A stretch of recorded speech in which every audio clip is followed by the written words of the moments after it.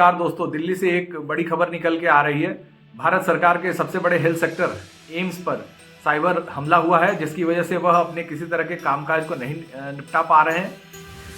23 नवंबर 2022 को सुबह AIIMS management ने ये रिपोर्ट किया कि उसके अपने सारे सिस्टम लॉक हो गए हैं, वो उसको ऑपरेट नहीं कर पा रहे हैं, उसमें बाधा उत्पन्न हो रही है। उन्होंने जब इसकी इंक्वायरी करी तो उनको ये पता लगा कि ये एक रैंसमवेयर अटैक है। यह एक प्रकार का मालवेयर होता है। यह इनक्रिप्टेड फाइल्स के द्वारा आपके सिस्टम में डाल दिया जाता है और आपका पूरा का पूरा सिस्टम हैक कर लिया जाता है। जब आप अपने सिस्टम को एक्सेस करने जाते हैं या अपने ऐप्स को एक्सेस करने जाते हैं तो वो एक प्रकार का की मांगता है। जब तक आप वो की उसे प्रोवाइड नहीं कराते तब तक आपका सिस्टम ओपन नहीं होता है। अगर आपका सिस्टम ओपन नहीं होगा तो आप अपने कामकाज को कैसे निपटा पाएंगे, जिसकी वजह से उन्हें बहुत सारी समस्याओं का सामना करना पड़ रहा है। एम्स मैनेजमेंट ने यह बताया कि उनकी डेली की जो रूटीन के काम है, जैसे पेशेंट्स का आना जाना, जो है कि अपॉइंटमेंट्स लेना, लैब रिपोर्ट, बिलिंग, बहुत सारी ऐसी चीज़ें हैं जो कि वो अपना करने में कठिनाई महसूस कर रहे हैं। एम्स ने स्थिति की गंभीरता को देखते हुए इन सारे सिस्टम को डिजिटली मोड से मैनुअल मोड में कन्वर्ट कर दिया है, ताकि पेशेंट्स को किसी तरह की प्रॉब्लम्स ना आ सके। और दिल्ली पुलिस के साथ मिलकर उन्होंने एक जो है FIR दर्ज कराई है। इसे साइबर टेररिस्ट अटैक के नाम से दर्ज किया गया है।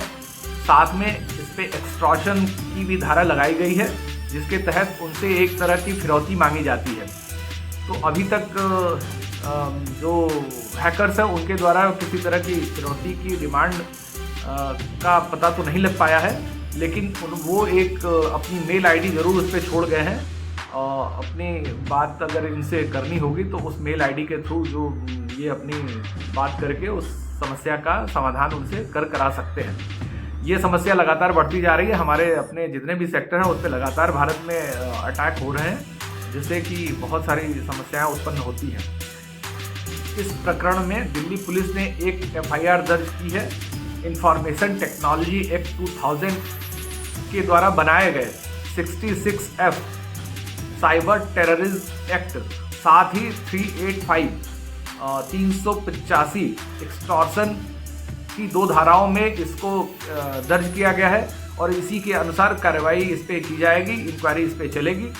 अब ये देखना यह है कि यह इसमें फॉरेन के प्लेयर शामिल हैं या कोई और मसला है, ये इंक्वायरी के बाद ही पता लगेगा। भारत को इसके लिए हमेशा तैयार रहना चाहिए, ताकि दोबारा ऐसी घटनाएं ना हो। ऐसे जो लोग भी हैं उनको कड़ी से कड़ी सजा मिलनी चाहिए। भारत के अंदर है तो भी और भारत के बाहर है तो भारत सरकार को ये सोचना है कि दोबारा ऐसी दुर्घटना या घटना ना हो सके।